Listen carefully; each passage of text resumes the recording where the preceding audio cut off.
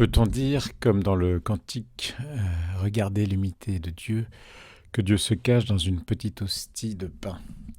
Il semble que l'auteur de ce chant se soit inspiré des poèmes de sainte Thérèse de l'Enfant Jésus. Mon ciel, écrit-elle, il est caché dans la petite hostie. Ouf, tu vis pour moi caché dans une hostie, je veux pour toi me cacher, ô Jésus. La sainte de Lisieux utilise par ailleurs des expressions bibliques courantes pour parler de l'hostie, ce pain du ciel, pain vivant, pain du ciel, divine Eucharistie. Elle fait référence au pain des anges lorsqu'elle écrit à Sœur Marie de la Trinité, reprenant le livre de la sagesse. Au contraire, c'est une nourriture d'ange que tu as donnée à ton peuple. C'est un pain tout préparé que du ciel tu leur as fourni inlassablement, un pain capable de procurer toutes les délices et de satisfaire tous les goûts. Toutes ces expressions issues de l'Ancienne Alliance sont des préfigurations du pain eucharistique. La manne n'est qu'un simple pain, une nourriture terrestre, même si son origine est extraordinaire. Il descend du ciel, car s'il est une chose naturelle, sa production est surnaturelle. Soit créé de rien, soit créé à partir d'une matière existante, c'est transformé, comme le sable par exemple. Dans les deux cas, Dieu intervient, mais la méthode est comme inversée. Dans ces expressions, le pain n'est qu'un viatique pour donner des forces au corps, même s'il représente d'une façon voilée le viatique spirituel à venir dans la Nouvelle Alliance, alors que l'hostie consacrée à la messe est une substance naturelle, produite naturellement par le travail de l'homme et qui devient une substance surnaturelle par le travail surnaturel de Dieu.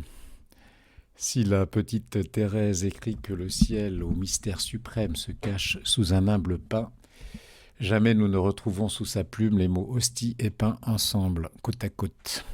Car elle sait que si Jésus se cache sous le pain, cela signifie soit sous les apparences du pain, soit sous ce qui n'était encore quelques secondes avant la consécration eucharistique qu'un simple pain, puisque l'hostie n'est plus du pain. Une hostie de pain n'a pas de sens strictement parlant. Certes, on nous dira que l'hostie signifie aussi le petit pain rond et azime qui va être utilisé pour la consécration, mais ce n'est qu'un sens secondaire et comme par extension.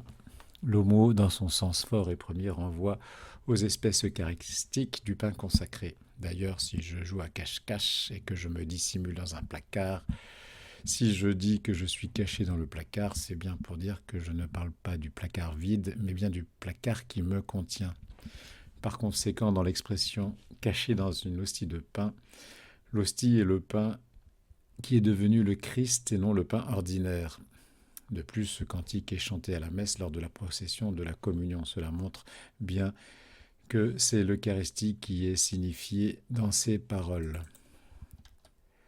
Le mot hostie est synonyme de sacrifice. Saint Thomas d'Aquin enseigne que ce sacrement est appelé sacrifice en tant qu'il représente la passion même du Christ. Il est appelé hostie en tant qu'il contient le Christ lui-même, qui est une victime salutaire selon l'épître aux Éphésiens. L'hostie est donc bien le pain consacré à la messe qui, par le miracle de la transsubstantiation, n'est justement plus du pain, mais le corps et le sang, mais le corps de Jésus-Christ. La substance du pain disparaît pour laisser la place à une nouvelle substance. L'humanité et la divinité du Verbe fait chair, réellement présent sous une forme sacramentelle et surnaturelle. De la nature, dans l'hostie, seules demeurent les apparences du pain, ce qu'on appelle en théologie scolastique les espèces ou les accidents. Le cardinal Journet disait dans son petit catéchisme sur la messe que la substance du pain n'est pas anéantie, mais qu'elle s'évanouissait pour faire place à la substance du corps du Christ. Il reprend la position thomiste qui refuse le verbe anéantir pour cette conversion du pain en corps du Christ.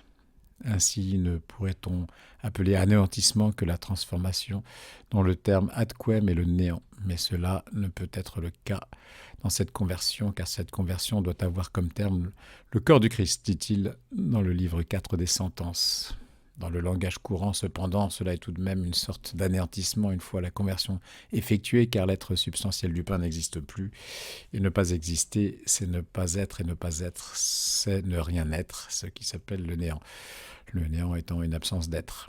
Le verbe s'évanouir en signifie bien disparaître pour laisser place à autre chose.